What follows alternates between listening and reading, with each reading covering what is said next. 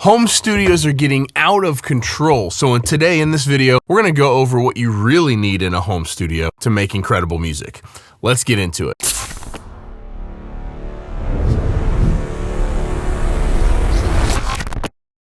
Hey everyone, I'm Cole Caparoon. Thank you for stopping by for another video. I appreciate each and every one of you being here. So what do you really need to make incredible music in a home studio? Why are we seeing so many more home studios that look like this? Because I get comments in every video that this is not a home studio, even though it's quite literally in my house and we built the house around the studio. Why would someone do that? So in this video, we're going to go over the things that you need to make incredible music in a home studio. What's the reason why someone would want to do this in their home? Okay, so let's define home studio first. A home studio is just simply that. It's any studio that is at your home. There maybe is some debate that if it's detached from your home, it's not a home studio, it's just a building on your property that is a studio. But if it is in your house, it is a home studio, and I don't care how small and how humble it is or how completely ridiculous it is, it's a home studio. Now, the minimum requirements for a home studio that's capable of making incredible music is really simple, and it does depend on what you're actually trying to do. Now, I'm going to assume that you're recording vocals because pretty much everyone in every genre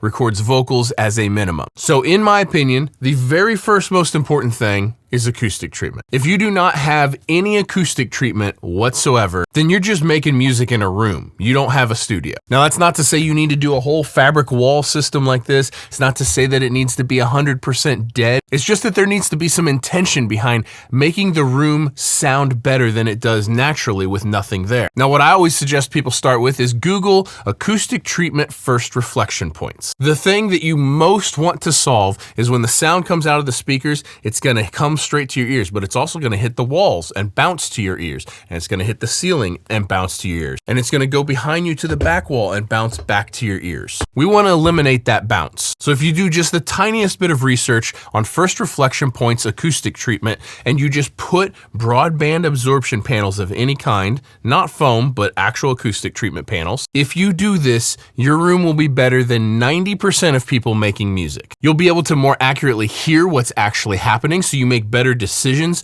on creating tones, on setting EQ and compression and reverbs. Literally every single thing about what you do will be better if you just do this bare minimum acoustic treatment. The sound in the room, it will be shockingly better. When you're recording a vocal or an acoustic guitar or anything else, this is the bare minimum of acoustic treatment in my opinion. Now, next up, you need a microphone, obviously, and you need some way to record that microphone into your computer, so you need some sort of interface. The microphone that you choose and the interface that you choose is almost entirely dictated by your budget, by what you can actually afford to purchase. And it's way better to have something cheap and affordable than to have nothing at all because you think you need to spend a boatload of money on something that's worth spending money on. Yes, every time you spend more money, it sounds better on average, but just getting a microphone, getting an interface, and getting to work is super important. Next up, you need a set of monitors and a set of headphones. There's a ton of great options out there. I'm really digging these PreSonus monitors, and I'll put links to down below for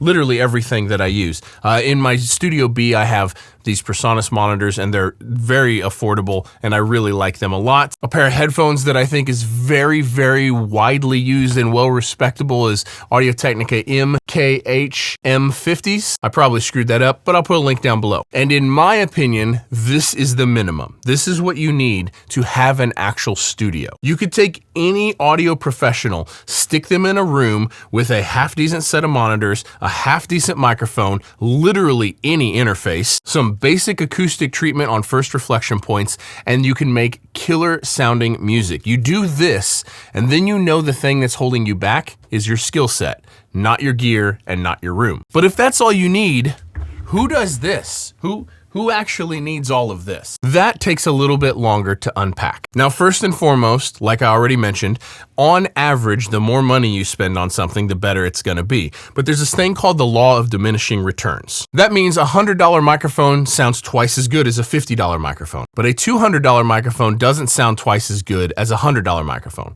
And a $400 microphone doesn't sound twice as good as a $200 microphone. And a $10,000 microphone does not sound twice as good as a $5,000 microphone. The more money you spend, the more money you're spending to get just a little bit better. For example, vocal microphones. There is a real sweet spot around like $800-900 up to maybe $2,000, $2,500. Now, I know that's not a small amount of money to a lot of people, but it's the Goldilocks zone, because you can spend $40,000 on a microphone. But if you can just get to this Goldilocks zone, then all the rest of the way up to $40,000, you're gaining like this much quality. And the same is pretty much true for everything. For audio monitors, for rack gear, for literally everything. There's always this sweet spot right in the mid-range where you get really good bang for your buck. Yes, it's pretty expensive, but it's well worth it. And this is where a whole bunch of people like to live for their entire music hobby or their entire music career. Now, there are some of us, like myself, who is very focused on the 99th percentile, the 99.9th percentile. You can only justify this if you're completely independently wealthy, or if your full career, your full successful career is actually making music. I've charted top 40 on Billboard, on the Billboard rock chart, not even an obscure chart. I've had multiple number ones on a bunch of different radio charts, and just about every single client I have is a full-time artist that is on the road touring, constantly releasing music. This is not a hobby for me. And so because of that, I'm trying to accomplish the maximum result possible. But it's not just about sonic quality. It's about speed and efficiency as well. Those two things are equally as important to me. So why would someone go through all the effort to do all the acoustic treatment, all the bass trapping, like literally everything? It took me like 10 months to build this room. Just the acoustic treatment side. Why does someone go through that? It's because I'm looking for the last single percent, but not just percentage of audio quality, percentage of speed and efficiency of my workflow. See, the better the room sounds, the more accurately I can tell what I need to fix in a mix. The more accurately I can tell what needs fixed in a mix, the faster I can do it. And the faster I can do it, that means the more songs I can work on in a year at a very high level. And that is the foundation for all of this. My first session in a real pro studio that wasn't my own studio was in Blackbird. And there was a whole bunch of things that hit me for the first time in there. One, everything was impeccably organized. Two, it was impeccably labeled. Three, literally anything that you want that you could have possibly needed to be creative